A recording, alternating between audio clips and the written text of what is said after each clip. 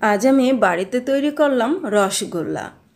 কী দিয়ে তৈরি করলাম, কিভাবে, সেটাই আজকে তোমাদের সাথে শেয়ার করতে চলে আসলাম। বন্ধুরা, দেখতে পাচ্ছ মিষ্টিটা কিন্তু একেবারে নরম তুলতুলে, আর খেতেও কিন্তু অসাধারণ হয়েছিল বন্ধুরা। তো চলো কিভাবে তৈরি করলাম তোমাদের সাথে শেয়ার করছি।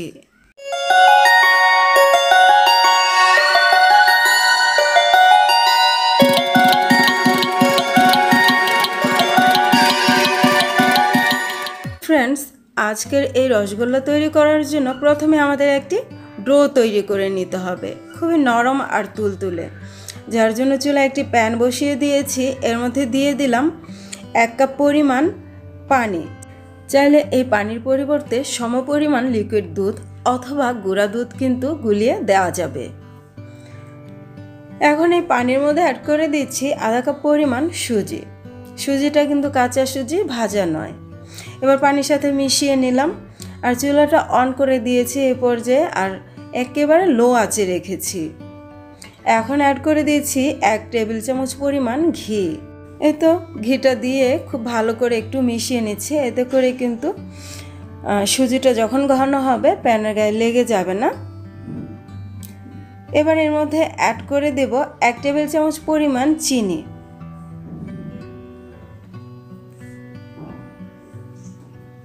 এতো চিনিটা কিন্তু দিয়ে দিলাম, দিয়ে আবারও নেড়েচেড়ে একটু মিশিয়ে নেব।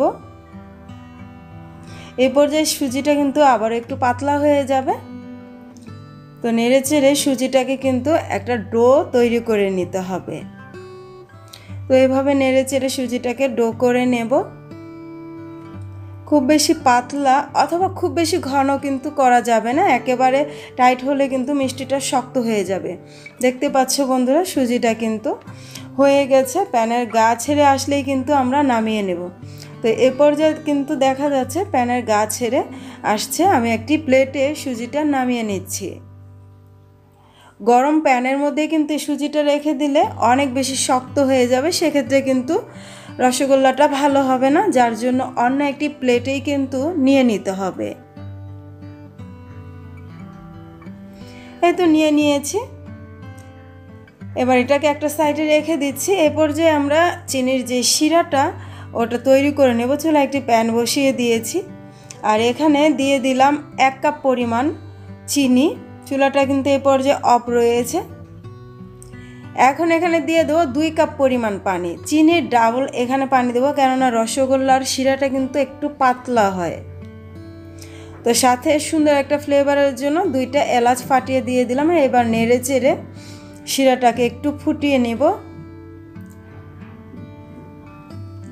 তো বন্ধুরা, দেখতে পাচ্ছ চিনিটা গলে গেছে আর শিরাটাও কিন্তু খুব ভালো করে ফুটে উঠেছে। এরপর যে চুলাটা অফ করে ঢাকনা দিয়ে রেখে দিচ্ছি।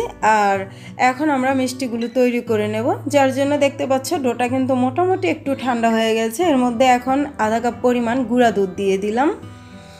এখন এর মধ্যে 1 ফোঁটা বেকিং সোডা আমি অ্যাড করে দিলাম, চাইলে কিন্তু স্কিপ করা যাবে।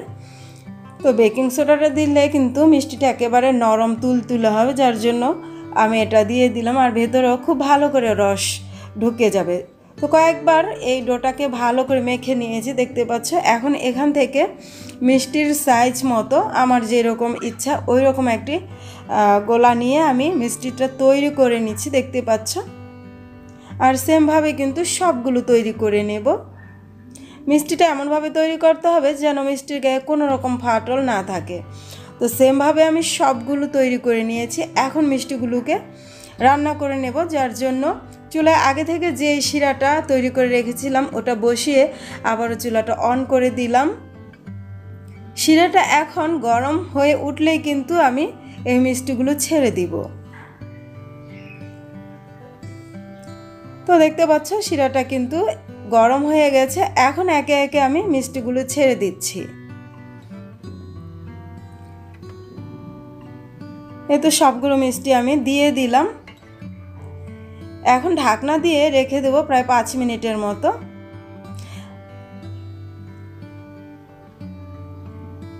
তো 5 মিনিট পর আমি ঢাকনাটা উঠিয়ে নিচ্ছি। দেখতে পাচ্ছ বলক উঠে গেছে আর মিষ্টিগুলো কিন্তু অনেকটাই সাইজে বড় হয়ে গেছে। আর খুব সাবধানে একটু নেড়ে চেড়ে নিচ্ছি, কেননা মিষ্টিগুলো এতটাই নরম হয়েছে, মিষ্টির গায়ে কোনো কিছু লাগলে কিন্তু মিষ্টিটা ভেঙে যেতে পারে।